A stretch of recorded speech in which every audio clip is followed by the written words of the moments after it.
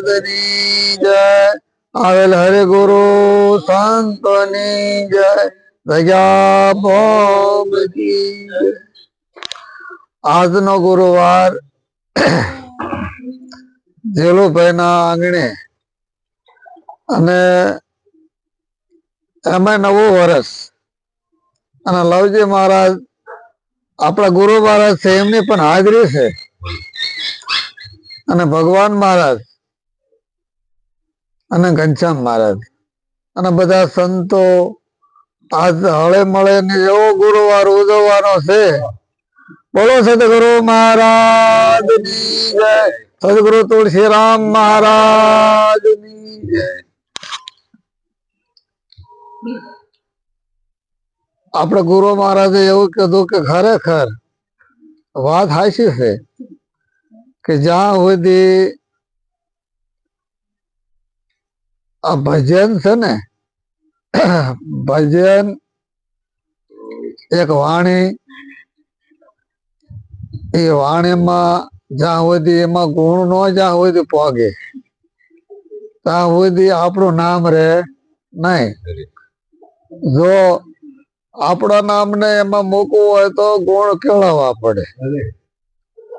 અને કેવા ગુણ કેળવવા પડે કે પોતાનું બોલેલું પોતાને પાલન કરવું પડે, નકરી હાલતું નથી.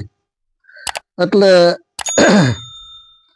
સંતોએ કીધું છે કે છે ને જેટલું આપણે બોલવી એટલું આપણે આચરણમાં લેવું, પાલન કરવું અને એ પ્રમાણે રહેવી તો એને રાણી કહેવાય.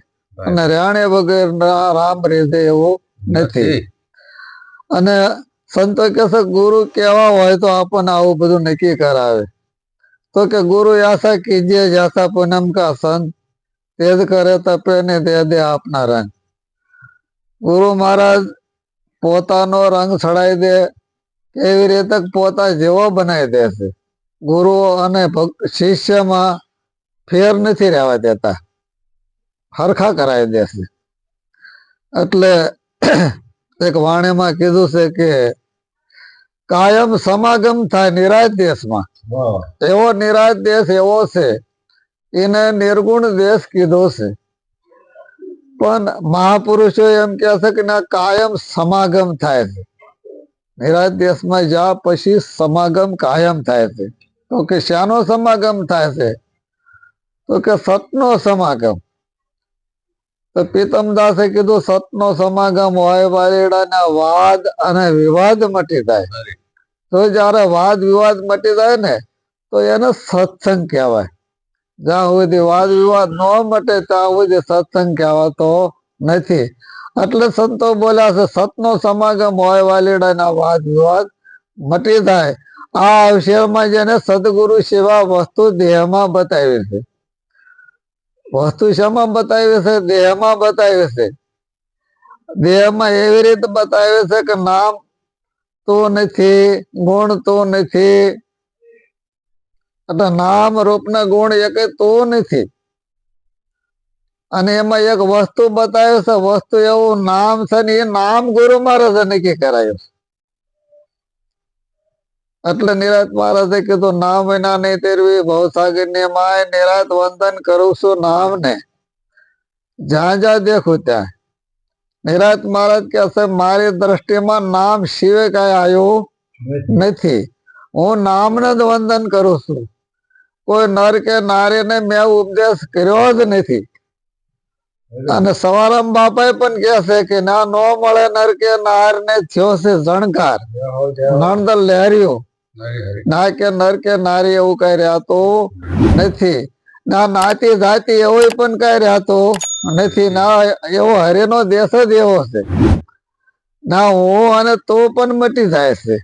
એટલે કીધું છે કે નામ નગર નવખંડમાં નિરાય તો નિર્ગુણ દેશ છે. અને અમર ફળ ત્યાં નિપજે વર્ષે મેઘ મેઘ. અમર ફળ જો અહીંયા નિપજે જોઈએ અમર ફળ ખાય અને અમર બની જવું હોય તો નિરાજ દેશમાં જ આવવું પડે છે. આ મૃત્યુ લોકમાં અમર થવાતું નથી. નિરાજ દેશ એવો છે. એટલે કીધું છે કાયમ સમાગમ થાય નિરાજ દેશમાં. તો કે નિરાત દેશમાં સમાગમ થાય છે તો ના થાય છે શું બીજું કે ના માણા થવાય છે અને 5 પ્રતિજ્ઞા દેવાય છે. તો માણા થવું હોય કે શું કરવું પડે તો કે લવજીરામ મહારાજ રોખા મહાપુરુષો એમ કે છે કે ત્યાં જો ચોરી ન કરાય, જુગાર નો રમાય, દારૂ નો પીવાય, ચોરી ન કરાય, પરસ્ત્રી માત સમાન, આ 5 નિયમનું પાલન કરે એના જ માણા કહેવાય. આવું આપણા નિરાત દેશમાં પણ કીધું છે, સંતોએ કીધું છે કે માણસ થવું હોય તો 5 નિયમનું પાલન કરવું પડે છે. અને ગંગા સતીમાં એમ કીધું છે ને કે આને ભક્તિ કીધી છે કે ઉપદેશ કરવો તો પ્રથમ ભક્તિ બતાવીને ગાળે દેવો એનો માયલો મોહ. તો આ નિયમનું પાલન કરે ને તારે એનો માયલો મોહ ઓલો થાય છે ને થતો નથી. એટલે કીધું છે કે મને માણા થવાય છે, 5 પ્રતિજ્ઞા દેવાય છે અને ના પછી ભ્રમણા બધે ભાંગી જાય છે. ગુરુ મહારાજે મને એમ કીધું હતું કે ભાગી જાય છે એવું નથી, ભાંગીને ભૂકો થઈ જાય છે કે મટી જાય છે. એમનો એમ કહેવાનું મટે તો લવજીરામ મહારાજે અહીંયા કણે ઈ અક્ષર પૂરેલો છે. એ વાણી બનાવી ને તારે એમ કીધું છે કે ના ભ્રમણા મેં કીધું બધી ભાગી જાય છે. ઈ કે ભાગી ન જાય, ભાંગી જાય છે કયો. અને એ શબ્દ એમને નાકડા અમર બનાવી દીધો. કોને બનાવ્યો? લવજી મહારાજે.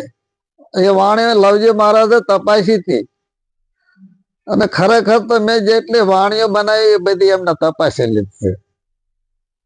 એટલે કીધું માણા થવાય, 5 પ્રતિજ્ઞા દેવાય છે, ભ્રમણા નાથી ભાગી જાય છે, ભાંગી જાય છે. એમ કાયમ સમાગમ થાય નિરાત દેશમાં.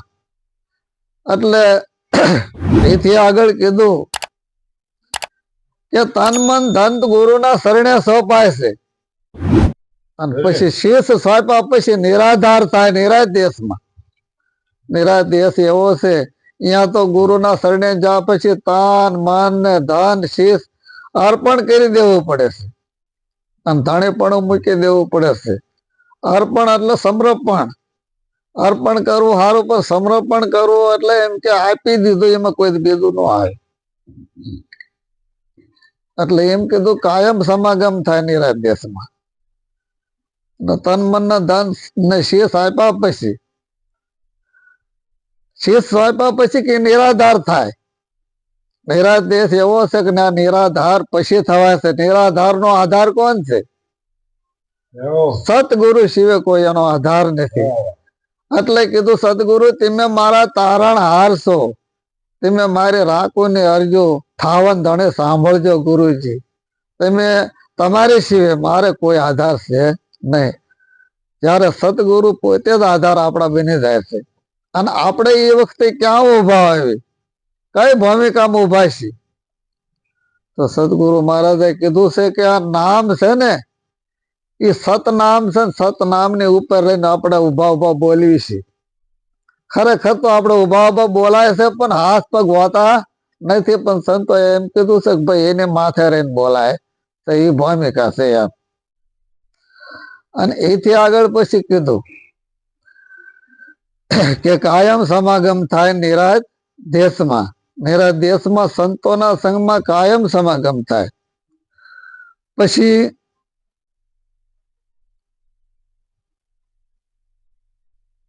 કાયા ને માયા બંને બાદ થઈ જાય છે. આ કાયા અને માયા એવું કઈ રહેતું નથી. કાયા ને માયા બંને બાદ થાય છે. પછી અમર નામ ઓળખાય. જે અમર છે, આદિ અનાદિ નું જે નામ છે એ અમર છે ને એ નામ પછી નક્કી થાય છે. અને એ નામ ગુરુના દેશમાં નક્કી કરાયું છે. કાયમ સમાગમ ના નિરાત દેશમાં થાય છે. અને પછી કીધું કે કાયમ સમાગમ થાય નિરાત દેશમાં. એટલે છેલ્લે શું કીધું છે કે તન મન ધન ગુરુના શરણે સોંપાય છે.